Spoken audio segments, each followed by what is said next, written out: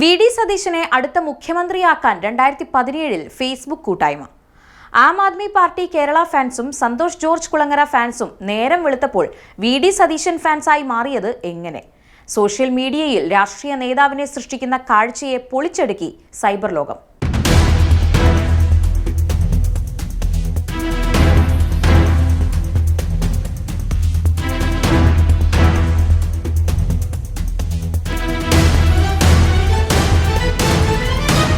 നിയമസഭാ തെരഞ്ഞെടുപ്പിന് പിന്നാലെ കോൺഗ്രസിൽ മുഖ്യമന്ത്രി സ്ഥാനത്തെ ചൊല്ലി പോര് മൂർച്ഛിച്ചിരുന്നു.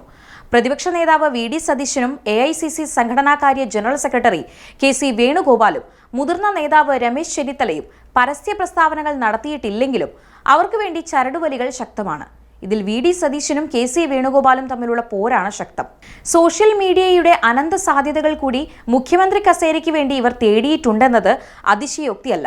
വി.ഡി. സതീശനെ മുഖ്യമന്ത്രി സ്ഥാനത്തേക്ക് ഉയർത്തിക്കാണിച്ചുകൊണ്ടുള്ള ഫേസ്ബുക്ക് പേജ് തന്നെ സജീവം. വി.ഡി. സതീശൻ അവർ നെക്സ്റ്റ് CM എന്ന ഫേസ്ബുക്ക് ഗ്രൂപ്പിൽ 3.5 ലക്ഷം അംഗങ്ങളാണുള്ളത്. വി.ഡി. സതീശനെ അടുത്ത മുഖ്യമന്ത്രിയായി കാണുവാൻ ആഗ്രഹിക്കുന്ന 3.5 ലക്ഷം പേർ ഫേസ്ബുക്ക് ഗ്രൂപ്പിൽ എങ്ങനെ ഒത്തുചേർന്നു എന്നതിൽ കുറച്ച് അതിശയോക്തിയുണ്ട്. അതുകൊണ്ട് തന്നെ ഈ ഗ്രൂപ്പിന്റെ ചരിത്രം അന്വേഷിച്ച് പോയപ്പോൾ കണ്ട രസകരമായ കാഴ്ചയാണ് സോഷ്യൽ മീഡിയയിൽ ഇപ്പോൾ ചർച്ചാ വിഷയം. സോഷ്യൽ മീഡിയയിൽ ലക്ഷക്കണക്കിന് അംഗങ്ങളുള്ള ഒരു ഫേസ്ബുക്ക് പേജോ ഗ്രൂപ്പോ കാണുമ്പോൾ അത് ആ വിഷയത്തോടുള്ള താല്പര്യം കൊണ്ട് ആളുകൾ ചേർന്നതാണെന്ന് നമ്മൾ കരുതും. എന്നാൽ പലപ്പോഴും നമ്മൾ കാണുന്ന ഈ ജനപിന്തുണ വെറും മിഥ്യയാണെന്നും ആളുകളെ തെറ്റിദ്ധരിപ്പിച്ച് വഞ്ചനയിലൂടെ നേടിയെടുത്തതാണെന്നും തെളിയിക്കുകയാണ് വി.ഡി. സതീശൻ അവർ നെക്സ്റ്റ് CM എന്ന ഫേസ്ബുക്ക് ഗ്രൂപ്പിന്റെ ചരിത്രമെന്ന് ചിലർ ഫേസ്ബുക്ക് പോസ്റ്റിൽ ചൂണ്ടിക്കാട്ടുന്നു. ഈ പോസ്റ്റ് പ്രമുഖ ഇടതുപക്ഷ സഹയാത്രികർ ഷെയർ ചെയ്തിട്ടുണ്ട്.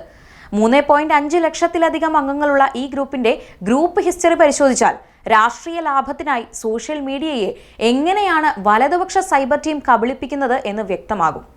വി.ഡി. സതീശനെ മുഖ്യമന്ത്രി സ്ഥാനത്തേക്ക് ഉയർത്തിക്കാട്ടുക എന്ന ലക്ഷ്യത്തോടെ 2017 ആഗസ്റ്റ് 2 ഈ ഗ്രൂപ്പ് നിലവിൽ വരുന്നത്. അന്നു മുതൽ ഇന്നു വരെയുള്ള ഈ ഗ്രൂപ്പിന്റെ പേര് മാറ്റങ്ങൾ ആരെയും അമ്പരപ്പിക്കുന്നതാണ്. ഫേസ്ബുക്ക് ഗ്രൂപ്പ് ആരംഭിച്ചപ്പോൾ വി.ഡി. സതീശൻ അവർ നെക്സ്റ്റ് CM എന്ന പേരിലായിരുന്നു തുടങ്ങിയത്. എന്നാൽ തുടക്കത്തിൽ തന്നെ രാഷ്ട്രീയ ലേബലിൽ നീങ്ങിയാൽ പ്രതീക്ഷിച്ച അംഗസംഖ്യ ലഭിക്കില്ലെന്ന് തിരിച്ചറിഞ്ഞ വലതുപക്ഷ സൈബർ വിങ്ങുകൾ വളരെ വിദഗ്ധമായ വേഷപ്പകർച്ചകളിലൂടെയാണ് ഈ ഗ്രൂപ്പിനെ വളർത്തിയെടുത്തത്. 2020 ഫെബ്രുവരി 11 ഈ page Aam Aadmi Party Kerala fans എന്ന പേരിലേക്ക് പുനർനാമകരണം ചെയ്തു. പിന്നീട് പെട്ടെന്ന് തന്നെ 2020 June 16 we support one India one pension ക്യാമ്പയിനിലേക്ക് പേജ് മാറി.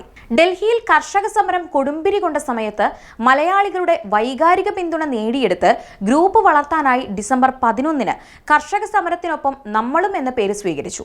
2021 മെയ് 3 ഷാഫി പറമ്പിലിനൊപ്പം എന്ന രാഷ്ട്രീയ ലേബലിലേക്ക് ഗ്രൂപ്പ് ചുവട് മാറ്റിയെങ്കിലും ഗ്രൂപ്പിന് കൂടുതൽ സ്വീകാര്യത ലഭിക്കാനായി സഫാരി TVയിലൂടെയും മറ്റും വലിയ ജനപ്രീതിയുള്ള സന്തോഷ് ജോർജ് കുളങ്ങരയുടെ പേര് അവർ ദുരുപയോഗം ചെയ്തു. 2021 നവംബർ 25 സന്തോഷ് ജോർജ് കുളങ്ങര ഫാൻസ് എന്ന പേരിലേക്ക് മാറ്റിയ ഈ ഗ്രൂപ്പ് 2021 മുതൽ 2025 ജനുവരി 5 വരെ ഈ പേരിൽ തുടർന്നു. യാത്രകളെയും അറിവിനെയും സ്നേഹിക്കുന്ന ലക്ഷക്കണക്കിന് വരുന്ന സാധാരണക്കാർ തങ്ങളൊരു രാഷ്ട്രീയ ഗ്രൂപ്പിന്റെ ഭാഗമാകുകയാണെന്നതറിയാതെ സന്തോഷ് ജോർജ് കുളങ്ങര ഫാൻസ് എന്ന ലേബലിൽ ഈ ഗ്രൂപ്പിലേക്ക് ഒഴുകിയെത്തി.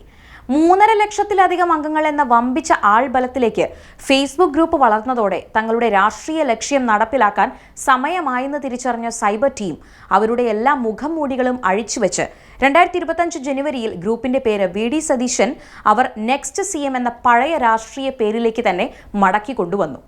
ഗ്രൂപ്പിനെ ആം ആദ്മി ഫാൻസ് ആയും കർഷക സമര ഗ്രൂപ്പായും ഒടുവിൽ സന്തോഷ് ജോർജ് കുളങ്ങര ഫാൻസ് ഗ്രൂപ്പായും മാറ്റിയത് സൈബർ ടീമിന്റെ കൃത്യമായ പ്ലാനിങ്ങിന്റെ ഭാഗമാണ്. ഈ കാലയളവിൽ ലക്ഷക്കണക്കിന് പേരാണ് ഗ്രൂപ്പിലേക്ക് വന്നു ചേരുന്നത്.